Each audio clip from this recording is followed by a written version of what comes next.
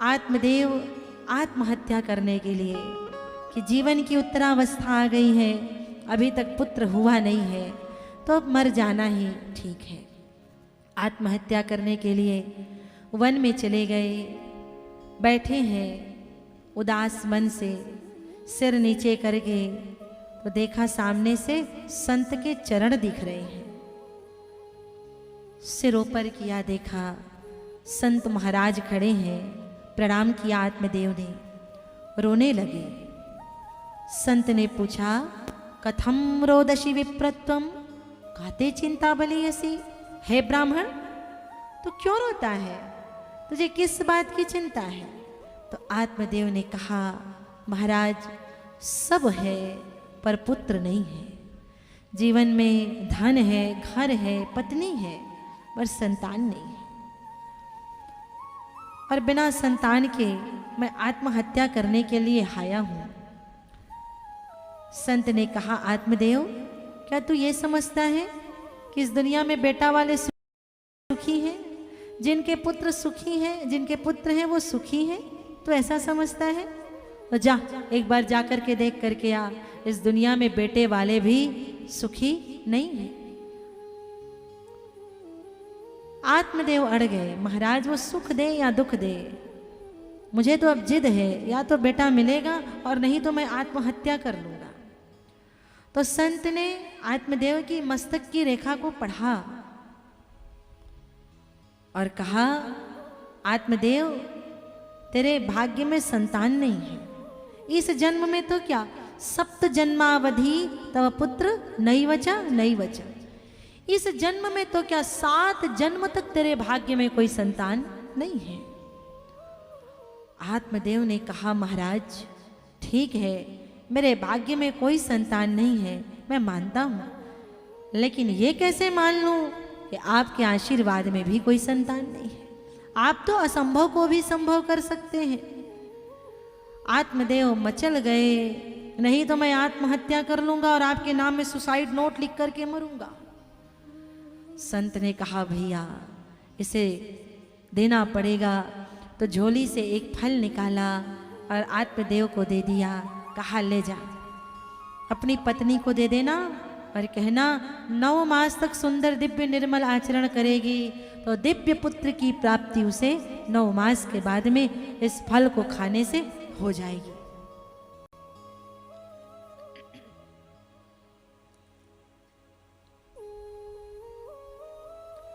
आत्मदेव संत को प्रणाम किए, बड़े प्रसन्न मन से उस फल को लेकर के आए। अपनी पत्नी को बुलाया, धुंधुली को, यथा नाम तथा गुण धुंधुली, नाम से ही स्पष्ट हो जा रहा है। बुलाया और दिया फल, ये ले फल खा ले, तुझे बेटा हो जाएगा। धुंधुली चिंता में पड़ गई, इस फल को खा लूंगी, मैं गर्भवती हो जाऊंगी तो मेरे घर को देखेगा कौन, घर का काम कौन करेगा? धुंधुली की पड़ोसी आई, धुंधुली ने बताया, अरे बहन मेरे पति फल लाए हैं, इसको मैं खा लूंगी तो कह रहे हैं गर्भवती हो जाऊंगी। पड़ोसी ने कहा, खा ले, अच्छी बात है, लोग तुझे कम से कम बंध्या तो नहीं कहेंगे, फल खा ले। धुंधुली ने कहा, वो तो ठीक है, फल खा ली और कहीं मैं गर्भवती हो गई तो मेरे इतने बड़े घर का काम कौन करेगा, इसे संभालेगा कौन? तो पड़ोसी ने कहा, अपनी ननंद को बुला लेना, वो तेरे घर को देख देगी, तेरी सेवा कर देगी। ना ना ना ना, ननंद नहीं बुलाऊंगी, बड़ी झगड़ालू है वो, ननंद नहीं बुलाऊंगी मैं। अच्छा कोई बात नहीं, अपनी बहन को बुला लेना। हाँ, अपनी बहन बुला लेती। तुरंत फोन लगाया बहन को, बहन हाजिर हो गई और बहन से कहा, देख मेरे पति फल लाए हैं, जिसको खाने से कह रहे हैं मैं गर्भवती हो जाऊंगी। बहन ने कहा, बहना तू कहाँ टेंशन ले रही है, तेरे यहाँ धन की कमी नहीं, मेरे यहाँ पुत्र की कमी नहीं, बस एक्सचेंज करना है, तो मुझे धन दे देना, मैं तुझे बेटा दे दूंगी। अपने पति से कह देना, वैसे भी वो तीर्थ यात्रा में बाहर ही रहते हैं, कथावाचन में बाहर रहते हैं, तो उन्हें कह देना कि तू गर्भवती हो चुकी है। धुंधुली ने कहा, बात तो ठीक है। अब धुंधुली का मन मुड़ गया, फल को खाया नहीं, गौ माता को खिला दिया बहन के कहने पर, और 9 मास के बाद में अपने पति से धुंधुली ने झूठ कह दिया कि उसे पुत्र रत्न की प्राप्ति हुई है। और जहाँ पति पत्नी के बीच में झूठ आ गया तो उसका परिणाम अच्छा नहीं हो सकता। पति पत्नी के बीच में झूठ का स्थान नहीं होना चाहिए। जिस दिन विवाह होता है तो आचार्यगण उसी दिन कह देते हैं, आज से आप 2 शरीर हैं और 1 आत्मा है। आज के बाद आप 2 शरीर हैं और 1 आत्मा, आप 2 तन हैं और 1 मन है। पति पत्नी के बीच में गोपनीय नहीं होना चाहिए, कुछ छुपाने के लायक नहीं होना चाहिए। धुंधली ने यही गलती की और जो पुत्र हुआ वो धुंधुकारी हुआ। धुंधुकारी धीरे धीरे वो बड़ा हो रहा है। इधर 3 मास के बाद आत्मदेव अपनी गौशाला में गए।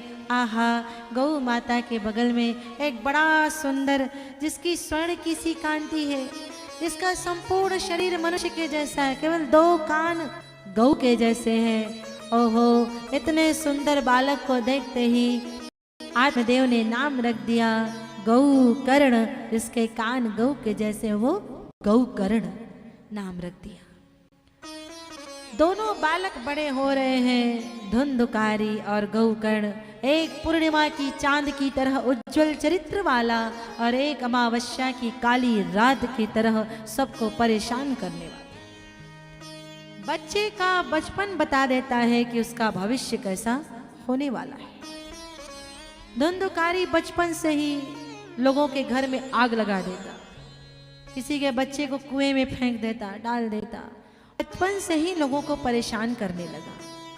धुंधुकारी बड़ा हुआ तो 5 वेश्याओं की संगति कर लिया और 5 वेश्याओं की संगति करके उनको प्रसन्न करने के लिए घर के धन ले लेकर के उन्हें देने लगा। एक दिन पिता ने मना किया, बेटा तू धन लेकर के कहाँ जाता है, किसे देता है?